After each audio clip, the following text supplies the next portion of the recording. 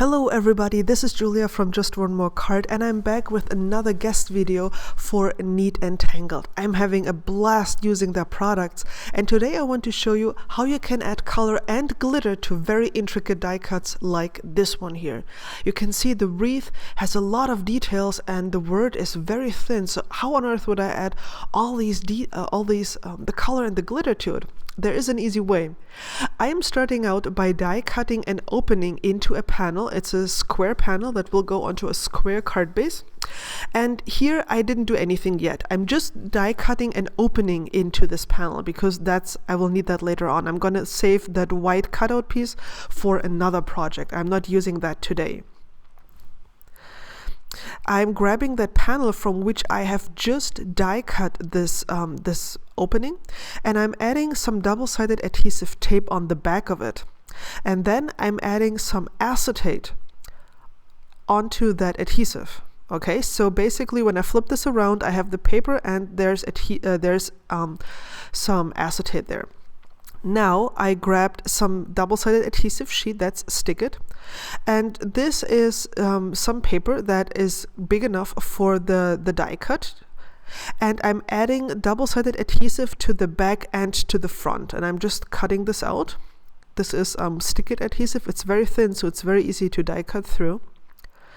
And I did this on both sides, so it has now adhesive on the back and on the front, but the cover paper is still on the adhesive, so it's not sticky there yet, it's not exposed yet, the sticky. And I'm using my bone folder to make sure that the adhesive is adhered really well to the paper.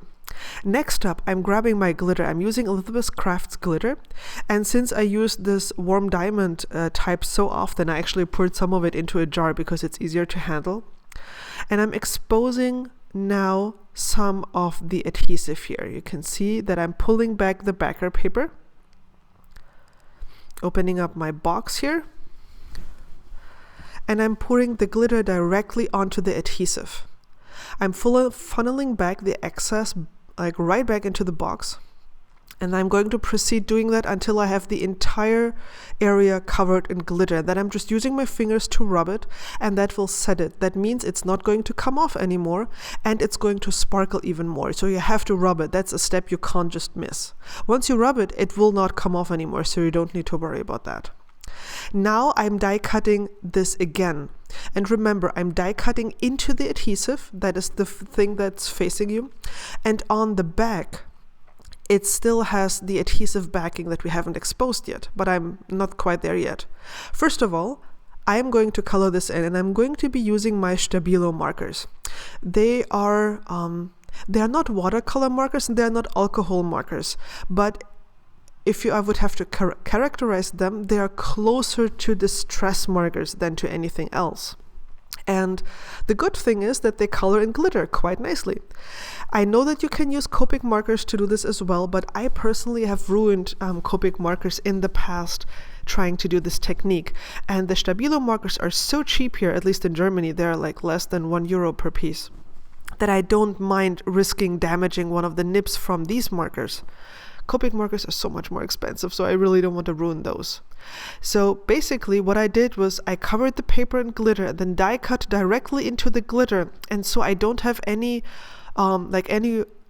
effort to adding glitter after the fact, because if you would try to do this after the fact, that would be just a huge mess and very, very, very difficult. So I added the glitter first to the paper and then die cut into this. And now I can just use my markers here to color everything in. And I know it looks really messy right now, but I'm not going to be using this entire piece. So don't worry. I'm not making a mess here just for no reason. Trust me. It's going to be good. It's going to be so good.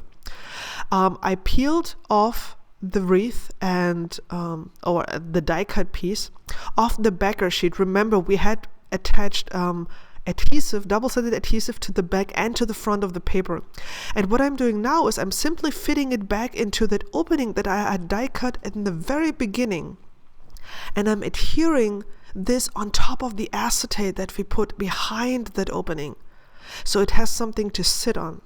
So it's very easy to do. The only thing that you have to be careful about is that the ink here will remain wet quite some time, because it can't seep into the paper, because there's this adhesive in between.